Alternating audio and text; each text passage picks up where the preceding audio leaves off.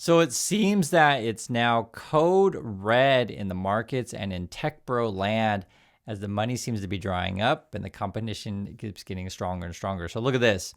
OpenAI's Altman declares code red to improve ChatGPT as Google threatens AI lead. Basically, it's been reported last week that Google's got this new chatbot thing called Gemini 3. It comes out to be pretty good and may even be better than ChatGPT. I'll let you guys, you write in the comments if you think it is better. I just saw a lot of reports saying, hey, the thing's pretty good.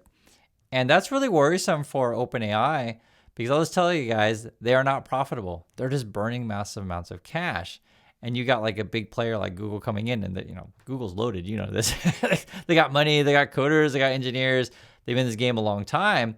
And OpenAI and ChatGPT is a direct challenge to Google. I think OpenAI and a couple of these companies have also released browsers recently, which is another challenge to Google. And I mean, do you think Google's going to sit around and say, oh, okay, fine, you can just take away our business. We don't need no search engines or anything like that. We'll just all use your chat. But no, of course they're going to fight back, right? Of course they're going to fight back. And so this is going to be essentially a spending war. And for OpenAI's perspective, man, they may be running out of cash because they got to keep raising money. They're constantly raising money. On top of that, and this is why it's code red, you got a big bet against Tesla now. Big short investor Michael Burry revives his short bet against Tesla, calling the stock ridiculously overvalued, which of course is. I tell you guys this stuff all the time. Sometimes people always ask, so why does the Tesla stock go up? And I'll just say this, markets can be irrational, right? It happens. Like it's hard to time the exact top. It's hard to time the exact bottom.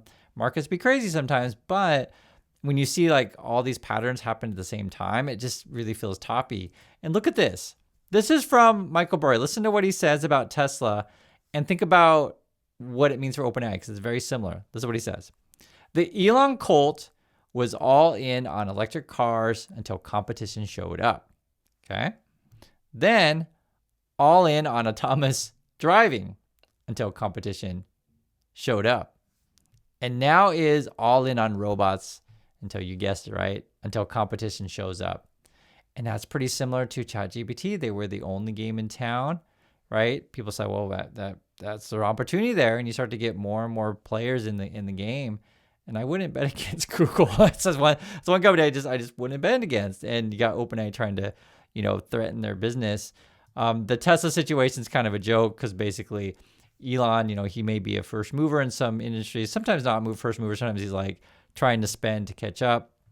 Like, for example, Elon's got his own little chat body thing, but I think it's way down compared to the other major players, and that's his Grok thing. Regards to, say, electric cars, there's a lot of competition here. I live here in Korea. There's a lot of Korean models that you probably don't see in USA, but they're slowly going to be coming there because I know I can see what's available in USA. I can see what's available here, and it's different. And then you have the Chinese brands, which are doing very, very well overseas, particularly BYD has been a big hit. I mean, it's just a lot of competition. Autonomous, if for Elon, he wants to do the robotaxi stuff. I think in the USA, I think the leader is Waymo, so it's not Tesla at all. And then regarding the robots, I would say clearly Boston Dynamics, a leader in the USA.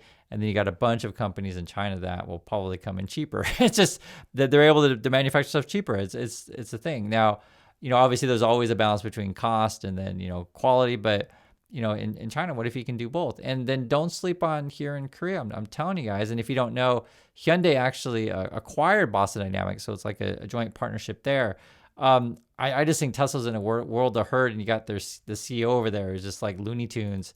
And I'll just say this, I don't usually mention someone's appearance because it's not really appropriate, but in this particular situation, I'll just mention Elon didn't look so healthy in his last interview, and he's really picked up a lot of weight. And I think that's a fair thing to say. Just for the richest dude in the world, he doesn't look great. And we also know that he's an addict too. So, and he was begging for his $1 trillion pay package thing. I think there's real problems over at Tesla. I think Michael Burry can smell it out, and he's calling it out, and he's putting his money where his mouth is.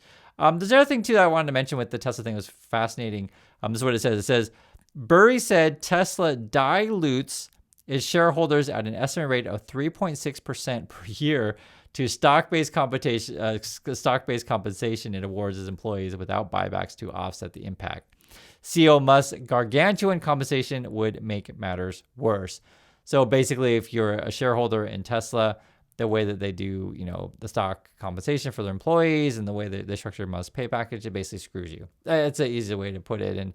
And the company doesn't really have much new stuff coming out, if any, and they're already behind the competition. So it's a loser.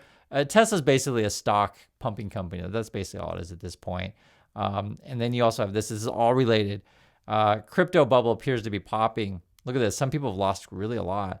Crypto's retail traders hit hard as strategy ETFs plunge 80%. And I think what it was is you had people who were doing like leverage kind of funds. So there's some of these like MSTX, MSTU, MSTP, whatever these things are. They've dropped 80%. And then you had Michael Saylor. He had this crazy company where he put a bunch of money into Bitcoin, I think is what it was. What is it? Down 60% from the high. And I see it every day to where, some of these people are in Delulu land saying it's going to be the future, but I'm not seeing it because you have a problem with, be it your crypto mining stuff that say Eric Trump promotes or your data centers. It needs a lot of power. And where are you going to get said power, right? And then you got to keep building these data centers to keep up with all the demand. And I think we're going to run out of money eventually, which I'll show you because I think but I can see the consumer is strapped for cash, the best way to put it. Let me show you that actually. Now we're talking about the consumer situation. This was an interesting story. It says Gen Z shoppers aren't spending like retails need them to. So basically, they need you to subscribe to all their AI services, and they need you to buy the Tesla cars or whatever. It's like people are like, and this is young people are like, I just don't have any money. I'm cutting back. Now let me show you. This is interesting. This is average expected holiday spending by generation, and I want to hear from you if these numbers sound similar to yours in your neck of the woods. Everyone's going to be different. But we're comparing last year to this year. And remember, this stuff matters because if you're OpenAI, if you're Google or whatever service, or if you're Tesla, you have to convince people to buy your stuff. And people who, may want to buy your stuff, but they may not necessarily have enough money to do said thing. Like people have limited amount of resources. And then the other thing that's so ridiculous about this whole, economic system that Elon Musk wants, or whatever, the Altmans, is that they want AI and robots to replace all of you. So if we're all replaced, how are we going to buy your products? So already though, among most generations here, people are cutting back. So Gen Z in particular, though, looks like they're cutting back the most. So I guess last year, average spending for holidays, Gen Z, you can see it's like, what, 12, 1300, you can see right there. This year is closer to like 700, 800. And then it goes down the chart. So millennials, I guess they're the big spenders for Christmas. I guess last year was around over 2,000. Now it's like 1,700. Gen X, kind of the same, a little bit more spending this year is what it says. And this kind of, you can just see it in your stun chart there with $1,700, $1,800, something like that. Baby boomers, when they spend on Christmas, last year was like 1,600. This year it's like 1,400. And it's interesting because when you look at this stuff and then you put it together with some of the data that we've been seeing, I saw a few, I think it was MasterCard came out and said, oh, you guys spending is up. But it doesn't quite jive with this. And I do know this, that we have a K-shaped economy to where the rich are getting richer and the poor are getting poorer. Basically, the top, say, 10% or even top 2%, however you want to say it, make up a much larger portion of sales than in the past. Meaning that when you look at all the sales combined, it covers up, like the wealthier, this very small group of people cover up what everyone else is doing. And there's even a number here to where saying people bought fewer items. It says right here, I'll just read it and you guys can hear it. Overall, American consumers turned out for the informal start of the holidays shopping season. So we've come up Black Friday stuff. U.S. sales of Black Friday hit $18 billion, up 3% compared with a year earlier. So I think that's largely inflation, but this is what it says. And that's from Salesforce. Then it says, but U.S. shoppers purchased 2% fewer items at the checkout. And with average prices up 7%, shoppers made 1% fewer online orders. So that's kind of interesting when you look at this stuff. This is also another number here. Share that said their household financial situation is worse than last year. Okay. And you put that together with the other chart I showed you of like how people are doing holiday spending. Basically, Gen Z is saying things are worse than last year. And that's actually across the board. Boomer's saying is kind of the same. That's according to this chart, and this is coming from Deloitte. Obviously, it depends on who you ask for this kind of stuff. This is what's going on. I want to show you this too. While all these companies are trying to, get you to buy said stuff, then they're shuffling staff around. So, for example, this was the news. Apple names former Microsoft Google exec to succeed retiring AI chief. So, companies like, say, Apple, they have to come up with some sort of reason why you have to buy the new phone. I'm sure their new marketing is going to be, it's got AI inside, it's got, AI capable, AI ready. But like, are people going to buy it in droves? Are you going to be willing to pay an extra 10, 20% on something like that? And like, as I mentioned, when people are strapped for cash, maybe not. I myself, like, I don't have to buy the latest and greatest. I'll give you an example. I'm just not interested in the goggles, like the VR goggle stuff. It's not something that I want to wear.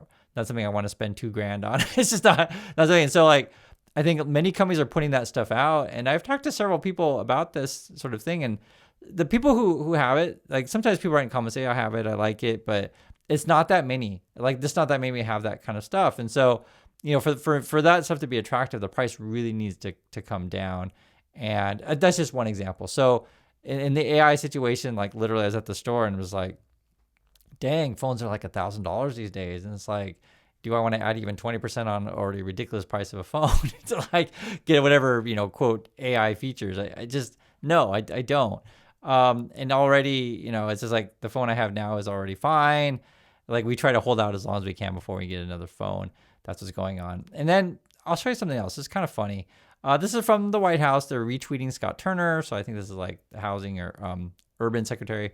It says here, in October, over 26% of all U.S. home listings offered buyers a price cut, $25,000 on average. And the way they spin it is POTUS is bringing affordability back to the housing market. So, there's different ways you can read this. But basically, they're just saying, like, hey, people need to sell their house, and they have to cut the price, and it's affordability. I mean, it just depends how you want to read it. Because for some people, you could say, for example, you look at numbers, well, foreclosures are going up. People are forced to sell. They can't make their payments. Oh, wow, great. Prices are coming down, right? So it's not necessarily good news. Or you could say, hey, people want to sell their house for a certain amount of money, but there's no buyers. So they got to lower the prices. Oh, great. We're affordable. And I'm not saying that the prices shouldn't come down. In fact, I think much of housing prices, and this could be in almost any country out there, it's just too much money. It's just like, you look at the median income and you look at the median price of a house and you look at the ratio, it's getting at very high levels in USA compared to what you're used to. And I'll just say this, it's expensive. I think you already know that. I see the prices, you see the prices as well. So there's different ways you can put this. If you want to talk about like insurance, it's just too much, or HOA fees, just like, dang, maybe I'm just better off renting. So, they'll spin it as being positive, but, and also too, if you're trying to sell and you owe money on the house and you don't want to be underwater, it's not positive for you that you have to cut prices. So there's that. And when you look at what Trump is up to, and let me just show you this. This is what they're talking about today. Trump shares post from Noam calling for a full travel ban on unnamed countries she claims are sending, quote, killers to the USA. And she writes this long thing. We'll go through it. The reason why I'm bringing this up is because it kind of shows kind of where the economy is going, and they're just trying to blame people. But he says, from Noam, I just met with the president. I'm recommending a full travel ban on every, D country that's been flooding our nation with killers, leeches, and entitlement junkies. Okay. Our forefathers built this nation on blood, sweat, and an unyielding love of freedom, not from foreign invaders to slaughter our heroes, suck our land. Boy, it's kind of mean, people. Suck dry our hard-earned dollars and snatch the benefits owed to Americans. We don't want them, not one. So that's coming from Noam, and that's the kind of messages that they're putting out there. I'll just say this. You're already killing tourism. You're killing immigration. You're killing, foreign money coming into the country. People just don't want to do business with the USA. And this is kind of language is inflammatory. And, I don't like it when you, and I'll just be frank with you guys, I look at a lot of the stuff that they put out there, be it the Trump people or the Benny Johnsons or stuff, whatever. And they'll say crap. It's like, oh my God, I didn't even know people talk like this. And I'll give you just one example. Benny Johnson guy, I'll just tell you what it is he was trying to make the case that if you want to call it the white man, or you want to call it, right, when the European settlers come, that they didn't, really take the land from the Indian, from the Native Americans. That it was really like, what's the word they used? They were trying to, long story short, they were trying to justify taking the land from the Native Americans. I'll just put it that way. And I hadn't ever really heard anyone ever talk like that. No, seriously, like I grew up in Oregon. I consider myself a pretty educated person. And this is something that I think we don't talk enough about is, just reconciling the history, like coming to terms with the history of how the land was taken. I don't know how else to put it. And it's like anyone who knows about, say, Trail of Tears or any number of things, it's obvious. And it's really sick how these, I don't want to call these people, I want to call them Christian nationalists or white nationalist type people, how they view the world. It's just sick. And, if you say that, the country is founded on undying love of freedom, yet there was also slavery, just this historical fact. I mean, it's obvious. So I don't want to dwell too much on this other than I'm well aware of history. And I know that these kind of people try to paint over that. It doesn't mean just because I know history that you suddenly, hate everything about USA. It's just, no, I just know the history. You want to be honest about this stuff. And, there's that. And it's all related because you look at this, they got this Marino guy, I think is one of the Republican senators. He wants to end dual citizenship. I'm sure the reason why they want to do this is probably they want to make sure that all tax money goes to USA or whatever. And it's like, hey, you only have one passport kind of stuff. But there's all kinds of situations out there where people may want more than one citizenship. There's just all kinds of situations. And essentially what you're doing, though, is you're just pushing away money. I'll give you another example. This is in Japan. It looks like they may raise rates. And essentially what's going on is I think many Japanese investors and otherwise, not just Japan, but otherwise may start investing more in Japan, right? Buying Japanese debt, getting Japanese bonds, and not necessarily buying U.S. bonds, U.S. treasuries. I think that there'll be a real problem for the USA as essentially the America relies on a lot of foreign countries to buy U.S. debt. So, you have a real problem if Trump is pissing off everyone. It's like, that's real leverage that other countries have on the USA. They don't like to talk about, but it's a real thing. And then you have situations, say, like in Europe, for example, their inflation went up a little bit, and they're gonna have their issues over there. I know your guys' energy costs are really high in Europe. It's high everywhere, guys. And I think the main problem, and there's so many problems out there, is for these tech bros and these Elon Musks and stuff like that.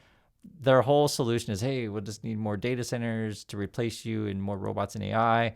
And let's just drive that, wealth gap between rich and poor further. And it's completely unsustainable.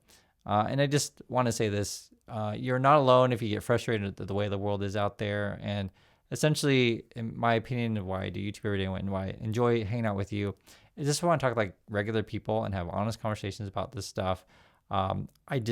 This stuff is completely unsustainable. A lot of these people at the top, yeah, sure, they got money and, such, but I tell you guys, it's all based on debt.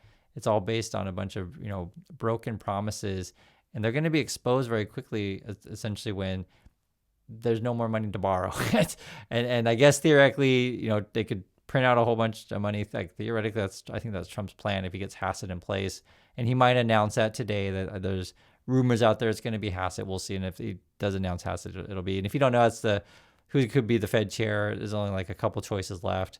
And it looks like we're poised to a real meltdown. And that's why Michael Burry's making a bet against this. He's bet against 3 big companies, and will he bet against yet another? I doubt he would take a bet against Apple or Google. That's kind of pretty risky. But, like your Teslas, your Nvidias, your Palantirs, what he did bet against, because I mentioned, you can include Apple and Google or even Microsoft, say in the tech bubble or big tech sphere. That's better to put it. But to suggest something like Google is just going to disappear, whereas say like if Tesla disappeared, our lives wouldn't change that much. But Google's like a major company, and same with Apple and Microsoft. So those are pretty strong. But there's a lot of other sort of, we'll just say this ones that could disappear, and you wouldn't, like if OpenAI disappeared one day, you honestly wouldn't really change your life that much. But the other ones, those are major companies. A lot of people are employed at these places. I use Google every day. I mean, I like Google.